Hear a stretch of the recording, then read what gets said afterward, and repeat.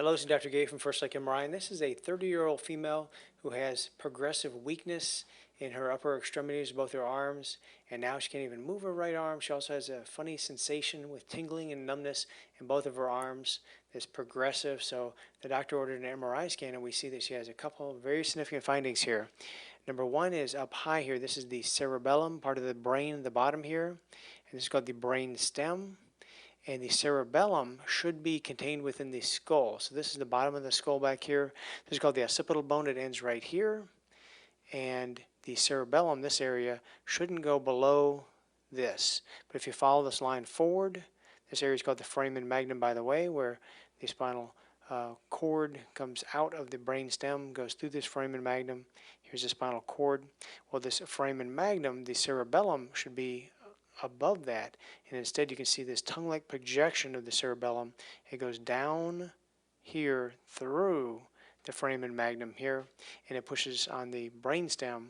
So this area, this is called the pons, this is called the medulla, and this is the cerebellum going down and pushing on the brainstem here. And when it pushes, it causes abnormal mechanics of flow. There's a little potential space within the spinal cord, and this will fill up with fluid, and this is called a syrinx. You can see the syrinx, which is filled with dark fluid, goes all the way down through the neck and into the thoracic spine. So it's a very large syrinx. We can see this on another view where fluid is bright. Now when the fluid is bright, you see a little triangle up here. This is called the fourth ventricle. It's between the cerebellum, the bottom part of the brain stem. And you can see the pons, which looks like a little egg here, and the medulla here. And then this is the spinal cord. And you can see this tongue-like projection of the cerebellum going down through into the upper cervical spinal canal. You can see how it's compressing and displacing the spinal cord here. And also below it, you can see this big ballooned out area of fluid filling the central portion of the spinal cord. So this is called a large syrinx. And it is again related to flow mechanics that are abnormal because of this compression. And they think that this is related to the posterior fossa, which is the part of the cranial vault in the back.